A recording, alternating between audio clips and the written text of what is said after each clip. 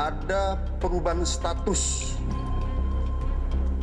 dari AG yang awalnya adalah anak yang berhadapan dengan hukum berubah menjadi atau meningkat statusnya menjadi anak yang berkonflik dengan hukum, atau dengan kata lain berubah menjadi pelaku.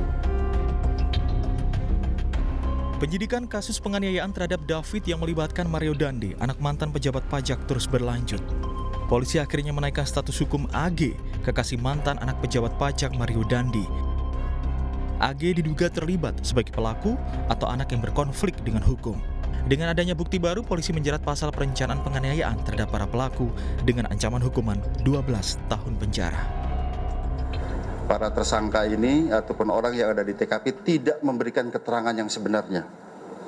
Setelah kami sesuaikan dengan CCTV, kami sesuaikan dengan alat bukti yang lain, kami sesuaikan dengan chat WA, tergambar semua peranannya di situ.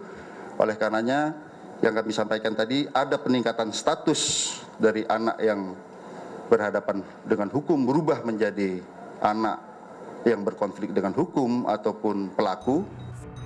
Dengan perubahan status itu, bisa saja AG terancam hukuman pidana. Namun hal itu masih dikaji karena AG masih di bawah umur. Sementara itu, Komisi Perlindungan Anak Indonesia KPAI menghormati proses hukum yang dilakukan oleh Polda Metro Jaya. Selain memantau kondisi korban David, KPAI juga akan melakukan pendampingan bagi AG sebagai anak di bawah umur selama proses pemeriksaan. Koordinasi apakah ada yang tidak menyenangkan di dalam kerangka pemeriksaan. Nah, itu langkah-langkah kami tentu untuk anak yang berhadapan dengan hukum. Kemudian bagaimana situasi dan kondisi Ananda ini juga kami lakukan langkah-langkah komunikasi gitu ya, dan berbagai hal yang menunjukkan bahwa ini bagian pengawasan KPAI.